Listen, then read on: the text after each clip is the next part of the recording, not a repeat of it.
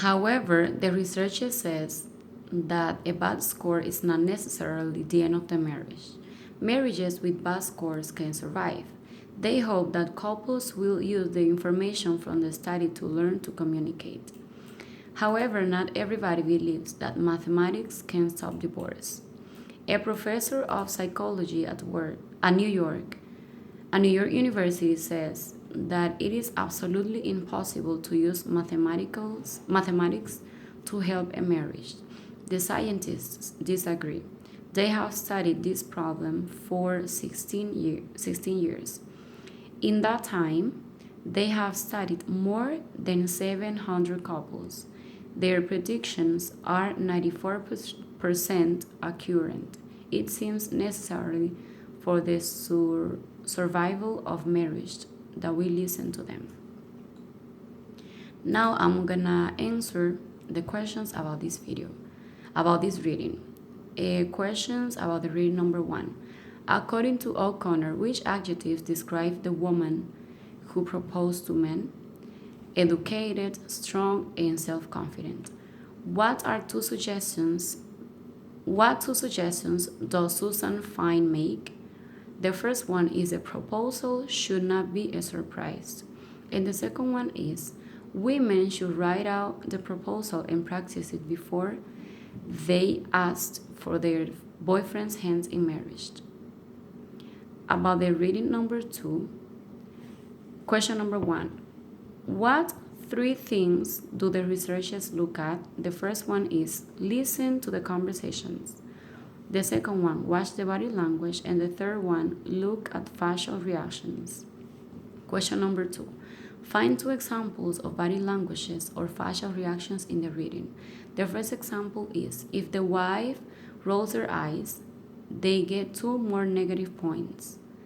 And number two, your mother is a lot of trouble, but sometimes she's funny, then the couple gets one positive point. If he smiles, they get another one.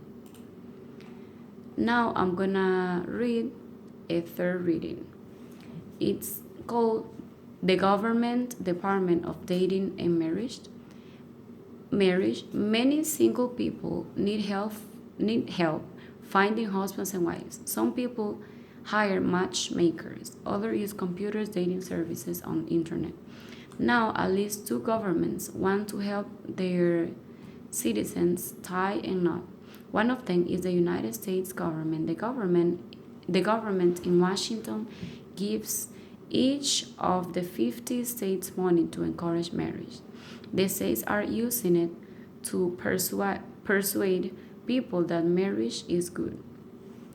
Some states are also offering classes on marriage.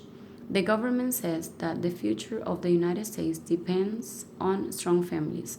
However, its programs are not for all families. They are for one special group, the poor. They want to tell how low income people about the benefits of marriage. Some government officials argued that women with children should have husbands. If they have husbands, they will not need money from the government. Their husbands will work to earn money for their families. Some people are against government programs that promote marriage. They say that marriage it is a private decision. They also are afraid that poor women might think they have not to get married. The American government is not the only one that is interested in marriage. The government of the tiny island nation of Singapore is spending money on marriage too.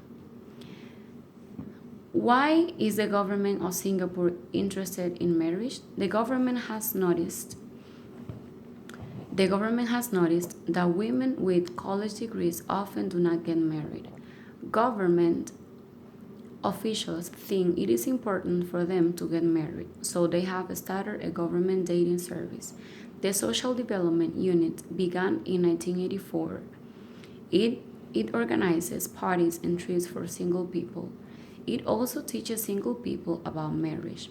The SDU says that 50,000 Singaporeans have met and married through this service.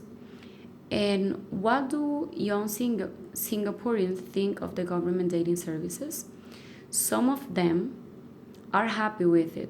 Mrs. Rose told says that the SDU helped her helped her get married. She and her husband married 2 years ago. Today they have a 6 month old child. Others just laugh at it. Single, desperate and ugly, says a young woman at a local bar. Another says, we are adults and the government is not our parent. This is everything about this task. Bye.